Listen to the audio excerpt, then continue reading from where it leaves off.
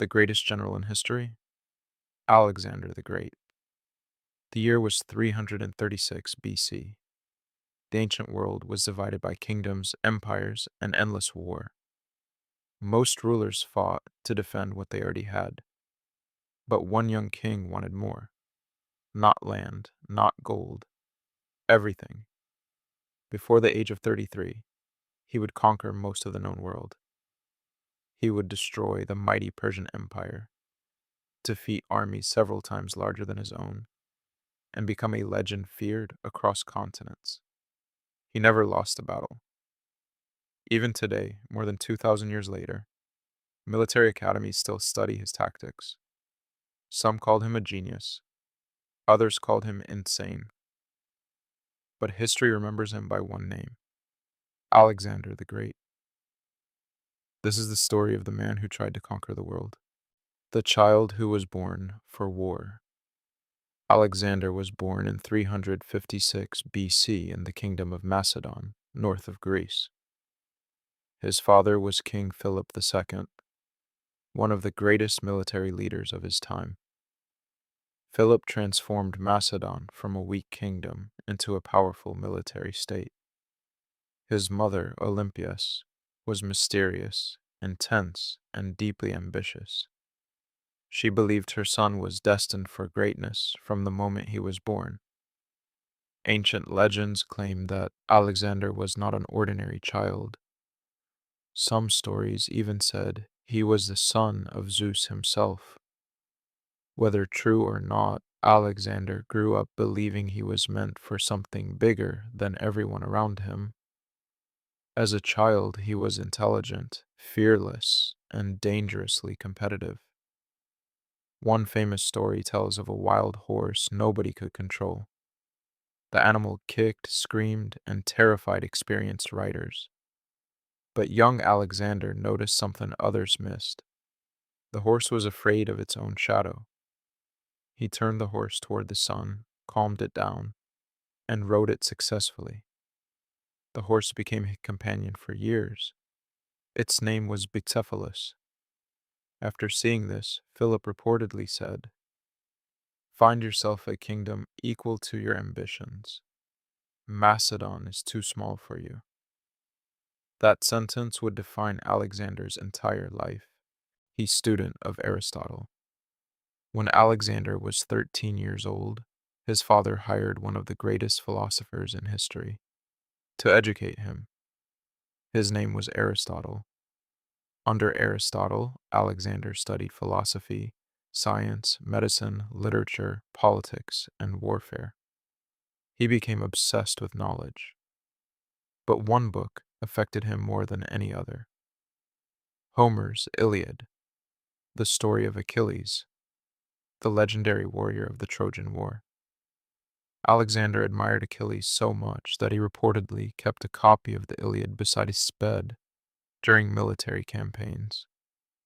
He did not just want to be a king, he wanted immortality through glory. This obsession would push him to incredible victories, and eventually toward destruction. A king at 20. In 336 BC, King Philip II was assassinated during a public celebration. The kingdom was thrown into chaos. Alexander was only 20 years old. Enemies immediately sensed weakness. Greek cities prepared to rebel. Foreign kingdoms planned invasions. Even rivals inside Macedon wanted the throne. Most young rulers would have collapsed under the pressure.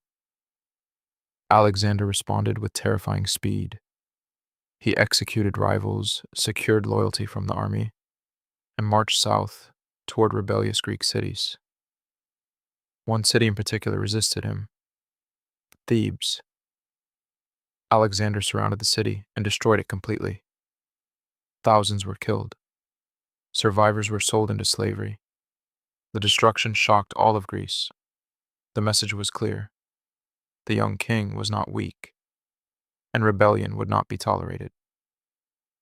After this, the Greek world submitted to him. Now Alexander turned his attention toward the greatest empire on earth. The invasion of the Persian Empire. The Persian Empire was massive. It stretched across modern Iran, Egypt, Iraq, Turkey, and beyond. It controlled millions of people and enormous wealth. Compared to Persia, Macedon seemed tiny. But Alexander believed speed, discipline, and strategy mattered more than numbers. In 334 BC, he crossed into Asia with around 40,000 soldiers. It was the beginning of one of the greatest military campaigns in history. His first major battle came at the Granicus River. Persian forces waited on the opposite bank. Crossing the river under enemy attack was incredibly dangerous. Many generals advised caution. Alexander ignored them. He personally led the cavalry charge into battle. The fighting was brutal. At one point, Alexander nearly died after being attacked by Persian nobles. But his soldiers fought fiercely around him, and the Macedonians eventually crushed the Persian army. The victory shocked the ancient world. Alexander had proven he could defeat Persia in open battle, and this was only the beginning. The Battle of Issus.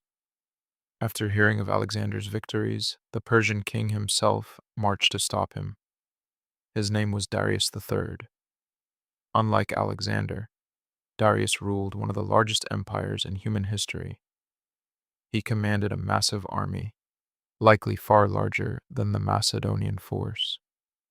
The two armies met near Issus in 333 BC. This battle would change history forever. Alexander studied the battlefield carefully. The narrow terrain limited the advantage of the Persian numbers. Then he attacked with precision. The Macedonian phalanx held the center, while Alexander personally led a devastating cavalry assault against the Persian left flank. The attack created chaos.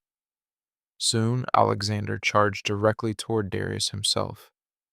The Persian king panicked and fled the battlefield. Once the king ran, Persian morale collapsed. The army disintegrated.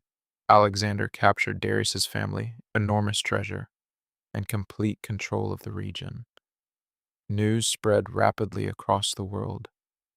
The young king from Macedon had humiliated the Persian Empire. The Siege of Tyre.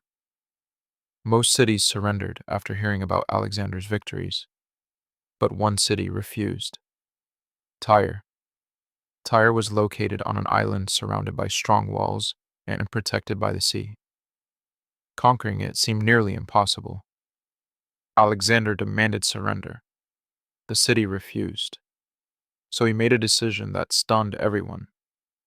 He would build a road across the sea. Using stone, wood, and debris, his army slowly constructed a massive causeway toward the island while under constant attack. The siege lasted for months. Finally, Alexander's forces broke through the walls. The city fell. Thousands died. The Siege of Tyre became one of the most famous military operations of the ancient world. It also revealed something dangerous about Alexander.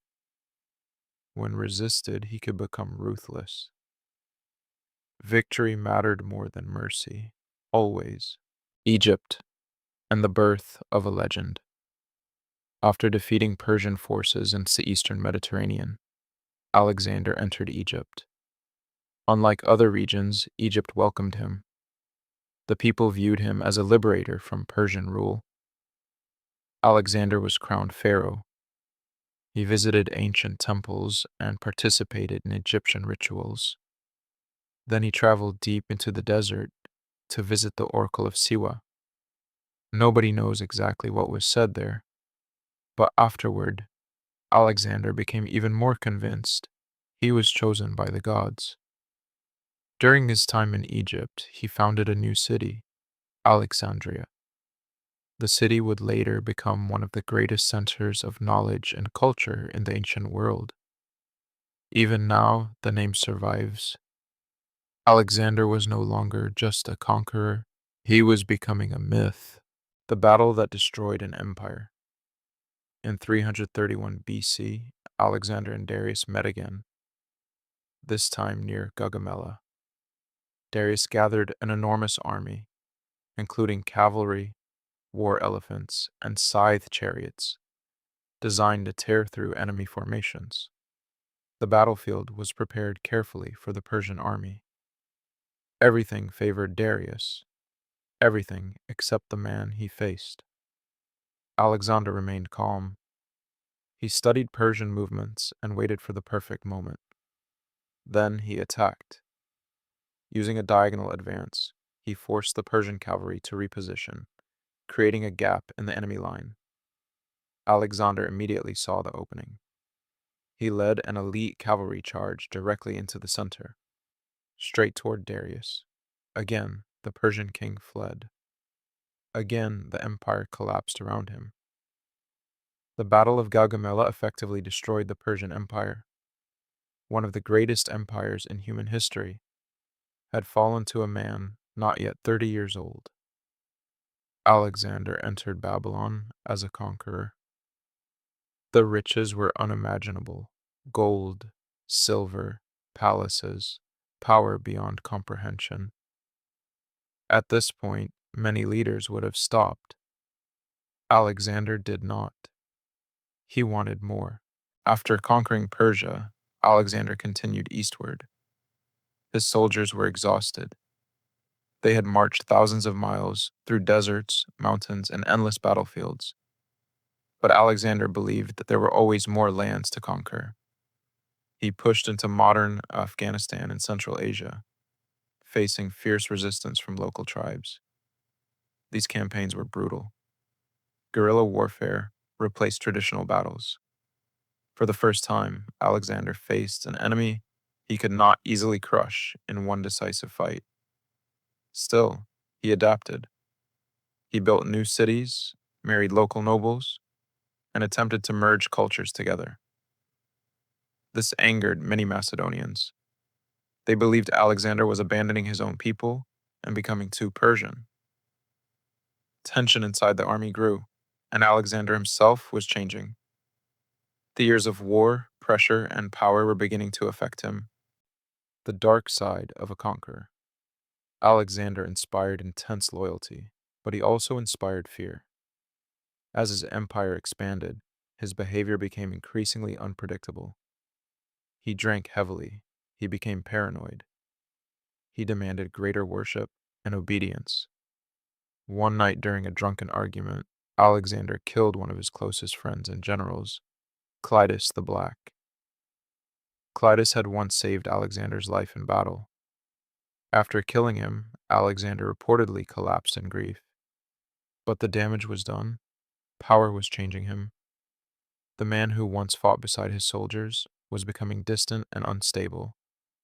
Yet the campaigns continued, always forward, always toward another horizon. The invasion of India. In 326 BC, Alexander invaded India. There he faced one of his most dangerous opponents, King Porus. The Battle of the Hydaspes River became one of Alexander's hardest victories. Porus used war elephants, terrifying animals capable of smashing enemy formations. The battle was chaotic and bloody, but Alexander once again adapted faster than his enemy. After hours of fighting, Porus was defeated and captured. Alexander asked him how he wished to be treated. Porus answered, "Like a king." Impressed by his courage, Alexander allowed Porus to continue ruling. But despite the victory, something important happened after the battle. Alexander's army refused to go farther. The soldiers were exhausted beyond limit. They wanted to go home. For the first time in years, Alexander could not force his men forward. Reluctantly, he agreed to turn back. The conquest of the world had finally reached its limit, not because Alexander stopped dreaming, because his army could no longer survive the dream. The long march home. The return journey was a nightmare. Alexander led his army through the Gedrosian desert. one of the harshest environments on Earth. Heat, thirst, and starvation killed thousands. Some historians believe this was one of Alexander's greatest mistakes. Perhaps he wanted to prove his army could survive anything. Perhaps he simply refused to admit limits existed. Whatever the reason, the cost was enormous. When the survivors finally returned west, the army was shattered physically and emotionally, and Alexander himself was no longer the same young conqueror who had crossed into Asia years earlier. The death of a legend. In 323 BC, Alexander arrived in Babylon. He was planning even more campaigns: Arabia, North Africa, possibly even Europe itself. But those plans would never happen.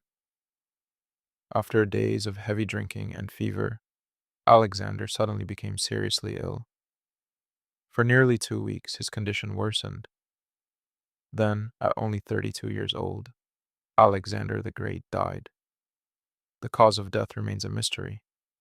Some believe he died from disease. Others suspect poisoning.